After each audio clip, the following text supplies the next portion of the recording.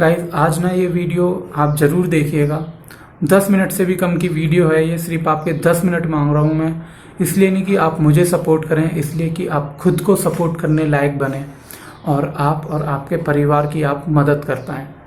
बात कुछ ऐसी है कि अब तक मैंने 15 से 20 स्कैम्स को जो ऑनलाइन स्कैम्स हैं उनके ऊपर वीडियो बनाई, उनका खुलासा करा और आपको प्रोटेक्ट रहने के तरीके बताए। ऐसा मैंने ही नहीं, सिर्फ दिल्ली पुलिस के भी एक चैनल है जिस पे ये सारी डिटेल्स आपको मिलती हैं। पर वह इन्फॉर्मेशन कितनी यूज़फुल है डिपेंड ये भी करता है, मतलब कितने लोगों तक वो पहुंच पा रही है। जैसे आए दिन मेरे पास आप वीडियोस के नीचे कमेंट देखेंगे, लोगों के कॉल आते हैं कि सर मेरे इतने पैसे निकल गए, इतने पैसे निकल गए। और आज भी वैसे ही एक कॉल आया, पर वो कॉल जो था उसने ये वीडियो बनाने के लिए मुझे मजबूर कर दिया। उनकी कुछ ऑडियो की जो बातचीत है वो मैं आपके साथ यहाँ शेयर करूँगा वीडियो के एंड में। अब सर क्या हुआ कि एक व्यक्ति जो रिक्शा चलाता है, जिसने अपनी पूरी लाइफ टाइम की इनकम यानी कि 50,000 रुपये या 45,000 रुपये पूरे लाइफ टाइम में जोड़े, ठीक है, उन पैसों को जोड़ने के बाद उस बंदे ने क्या करा सर, अपने बैंक अकाउंट में यानी कि अपने देश की सरकार के भरोसे छोड़ दिए। सरकार ने कहा कि आपका पैसा आपके खाते में सुरक्षित है। अब क्या होता है कि उन सर के पास कॉल आता है किसी स्कैमर का और वो उनके अकाउंट से 24,800 रुपये, 24,700 रुपये की दो पेमेंट करता है और उनके 48,000 कुछ रुपये खाते से चले जाते हैं। अब कहानी तो यहाँ ख़त्म होनी चाहिए थी, पर एक्चुअल में शुरू होती है मेरे नज़रिए से। अब एक रिक्शा चलाने वाला इंसान, क्या लगता है आपको सर, वो पीएचडी स्कॉलर है या फिर वो डेली थाने में है या ऐसे स्कैम से डेली उसका सामना होता है? नहीं, उसको नहीं पता होता कि अब उसे क्या स्टेप लेना है। वो सिंपल अपने बैंक भागता है। बैंक कहता है सर ये काम तो पुलिस का है, पर हाँ हम ये कर देते हैं, आपका यूपीआई अकाउंट जो ट्रांजैक्शन है हम उसको ब्लॉक कर देते हैं, आपका यूपीआई जो सिस्टम है, मतलब ठीक है, ऑनलाइन ट्रांजैक्शन हम आपकी बंद कर देते हैं सर। बैंक यहाँ कह के अपना पिंड छुटा गया। अब बारी आती है पुलिस की। अब हर व्यक्ति को नहीं पता कि रिटर्न एफआईआर देनी होती है। उन्होंने क्या करा, 100 नंबर पे मान लो आप कॉल कर देते हैं, एक इमरजेंसी हेल्पलाइन नंबर पे, और उनको सारी घटना बता देते हैं कि सर इस तरीके से मेरे साथ ये स्कैम हो गया। अब उस पे बता के आपको वहाँ से कंप्लेंट नंबर मांगोगे, मिल जाएगा, नहीं मांगोगे तो आपको कोई कंप्लेंट नंबर नहीं दिया जाएगा अपनी तरफ से। अब आपकी कॉल रजिस्टर हो जाती है, उस पर इन्वेस्टिगेशन होगी नहीं होगी। कोई ट्रैकिंग मेथड हमारे देश में या इन्वेस्टिगेशन रिपोर्ट मेथड नहीं है गरीब लोगों के लिए। अब सर उसके बाद क्या होता है, वो आदमी 1 महीने तक इंटरनेट पे हर जगह ढूंढ रहा है बेचारा कि मेरा पैसा मुझे कैसे मिले, और उसको कोई समाधान नहीं मिलता। बैंक गया, बैंक ने पल्ला झाड़ दिया, पुलिस ने भी कोई खास बंदों को ऐसे मामलों में रिस्पॉन्स नहीं करा। और ये जो एक स्कैमर है जिसने ये पैसे उड़ाए, आज वो, जब मैं ये वीडियो रिकॉर्ड कर रहा हूँ, हो सकता है आप में से या आपके ही आसपास के किसी व्यक्ति के अकाउंट से उसके पैसे निकाल रहा हो और उसके साथ धोखाधड़ी कर रहा हो, समझ रहे हो। और वो व्यक्ति जब उसके साथ ये हो जाएगा तो वो भी ये वीडियो देख के कमेंट करेगा कि भाई मेरे साथ भी हो गया सर, ये मेरे पैसे चले गए, मैं कैसे लूँ, और मुझे फ़ोन करके या किसी और यूट्यूबर को या किसी और बंदे के आगे रोएगा। लेकिन उसको कहीं भी उम्मीद नहीं होगी कि पुलिस, सरकार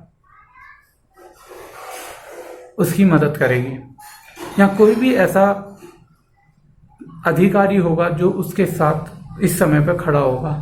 हो सकता है कुछ लोगों के लिए 1,000 रुपये भी मायने ना करते हों, पर यकीन मानिए सर हमारे देश में हालात उतने भी बढ़िया नहीं है कि हर कोई इंसान 1,000 रुपये दे के भूल जाए।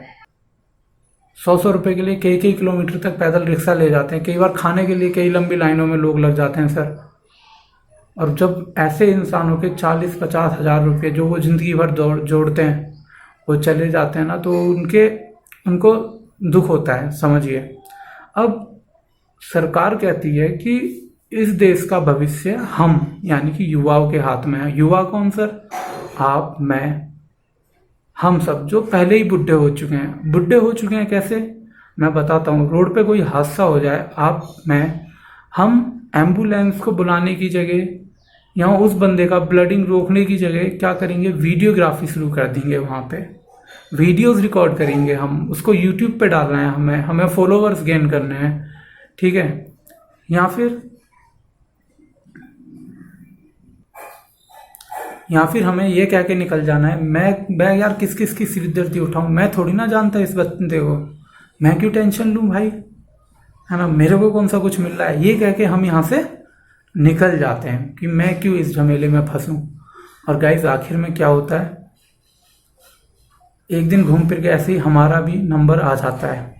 तो जब हम कहते हैं ना कि इस देश का भविष्य युवाओं के हाथ में, युवाओं के कंधों पे देश का बोझ है, तो कहीं ना कहीं कभी कभी कुछ लोगों को देख के ऐसा भी फील होता है, क्या इनके कंधों पे देश भविष्य उठेगा या कुछ और का मतलब आप बहुत ही अच्छी तरह समझते हैं, मैं ये मान के चल रहा हूँ।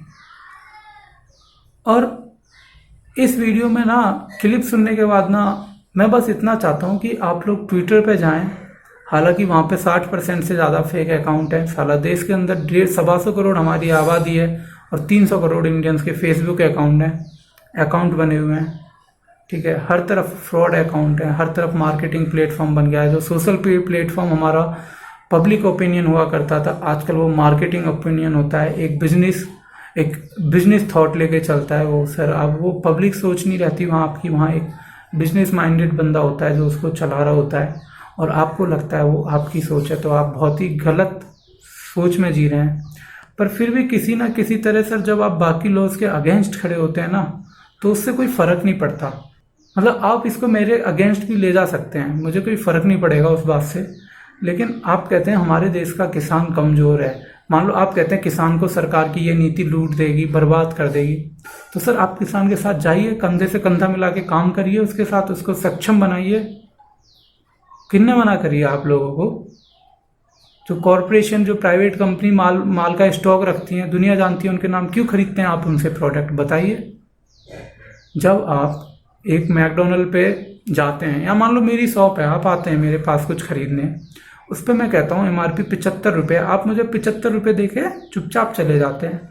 लेकिन रोड पे जो बंदा 40 डिग्री में आपको नारियल पानी बेच रहा है, जो मान लो किसी भी प्रोटीन ड्रिंक से 10 गुना बेटर है, बिना किसी भी प्रिजर्वेटिव के, आप उससे 40 रुपये को 20 रुपये में लगवाते हैं सर। और आप कहते हैं आपको किसान की चिंता है। आप रेस्टोरेंट पे बड़े बड़े खाना खाते हैं और अपना आधा खाना प्लेट में ऐसे ही छोड़ देते हैं, और आप कहते हैं आपको खाने की चिंता है। रोड पे पेड़ कट रहे होते हैं धड़ल्ले से, और आपको चिंता होती है किसी और चीज़ की। आप लोग गलियों को पानी से धोते हैं दिल्ली के अंदर, और आपको चिंता होती है ग्राउंड वाटर लेवल की। खैर, चिंता तो बहुत चीज़ों की है, पर फिलहाल चिंता करिए तो sir cyber security cyber law की डिमांड करिए। ऐसे साइबर लॉ की, एक ऐसे कानून की जो बहुत ही ज़्यादा ज़रूरी भी है हमारे देश के लिए और हमारों की सुरक्षा के लिए। आज आपके साथ कोई स्कैम हो जाता है, मैं आपको लिख के देता हूँ, आप जहाँ तक का दम है लगा लो, पर आप उस स्कैमर को नहीं पकड़वा सकते सर। मैंने पिछली वीडियो में दिखाया, मेरा डेली का नियम है, मैं कितनी कंपनीज को मेल करता हूँ, सर ये वेबसाइट फेक ऐड चला रही है, फेसबुक पर रिपोर्ट करता हूँ ये फेसबुक अकाउंट फेक है। मैट्रिमोनियल साइट्स पे जाके मैंने रजिस्ट्रेशन इसलिए नहीं करा, मुझे शादी के लिए लड़की ढूंढनी है, इसलिए करा है कि जो फेक अकाउंट्स है, जो लोगों के साथ स्कैम करते हैं, उनको पकड़वाऊँ। इसलिए नहीं कि मुझे हर चीज़ की यूट्यूब पर वीडियो बनानी है या कुछ करना है, क्योंकि मैं अपने हिस्से का कुछ तो कर सकता हूँ। और भी बहुत सारे सरप्राइज हैं आप लोगों को आने वाले टाइम में दूंगा, पर अब इस वीडियो को देखिए, ऑडियो क्लिप सुनिएगा, और अगर आप मुझसे सहमत हैं तो इस वीडियो को यार शेयर करिए जितने लोगों को आप कर सकते हैं। और जाइए सरकार से वोट जब आपसे मांगने आए ना, तो बोलिए हमारे लिए साइबर लॉ पहले ला के दो सर। जी सर। हाँ बताइए। मेरे साथ सर जी फ्रॉडबाजी हो गई। 24,000 कुछ की गलती से, हाँ 24,890 सर। 24,890 की 2 बार आप फ्रॉड हुआ है? हाँ 2 बार।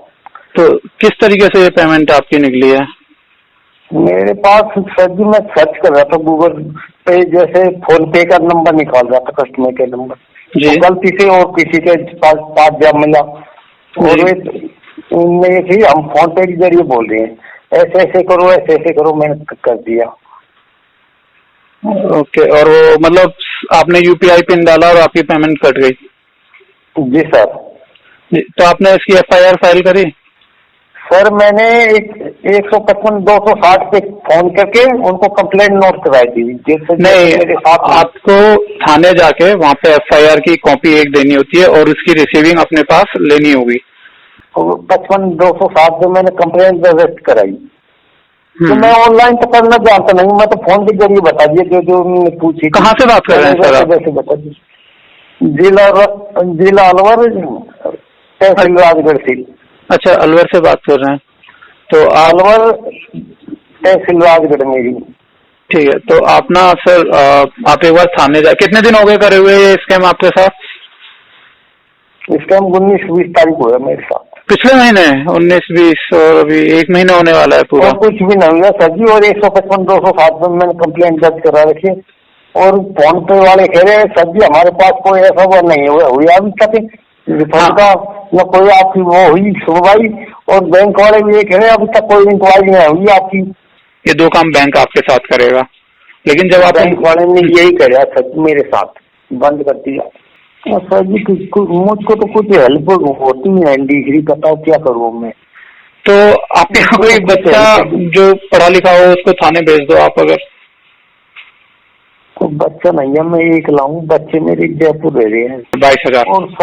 और सर जी सब डरते हैं आजकल। गवर्नमेंट भी डरती है, पुलिस भी डरती है। जिनको करना चाहिए वो ये एक्शन नहीं ले रहे ना, दिक्कत यही है। मैं आपको वही बता रहा हूँ। और उसका भुगतान हम जैसे ही लोग करते हैं जो अपने 2-2 रुपए जोड़ जोड़ के बचाते हैं और एक दिन सब चले जाते हैं ऐसे ही। गूगल पे सब फ्रॉड करने का काम है। हाँ, और कुछ भी सर्च मत करो, सब फ्रॉड होने का काम है। देखो मैं आपको सलाह दूंगा कि मान लो आप क्या करते हैं सर? मैं सर जी रिक्शा चलाता हूँ। रिक्शा चला के हाँ मैंने एक पैसे जोड़ा। अच्छा, तो रिक्शा चला के भविष्य के लिए एक पैसा जोड़ा। आज मैं 10,000 रुपये किसी से उधार लेकर हूँ, मैं कैसे दूंगा? रिक्शे में कितने धंधा होता है सारा दिन, ये बताइए। समझा मैं अभी। और बच्चे क्या करते हैं सर आपके? बच्चे सर जी मेरे बच्चे मजदूरी कर रहे हैं, जयपुर मजदूरी कर रहे हैं। आज ये हालत होगी। तो मैं रिक्शा चला के मेरे टाइम पास कर सकता।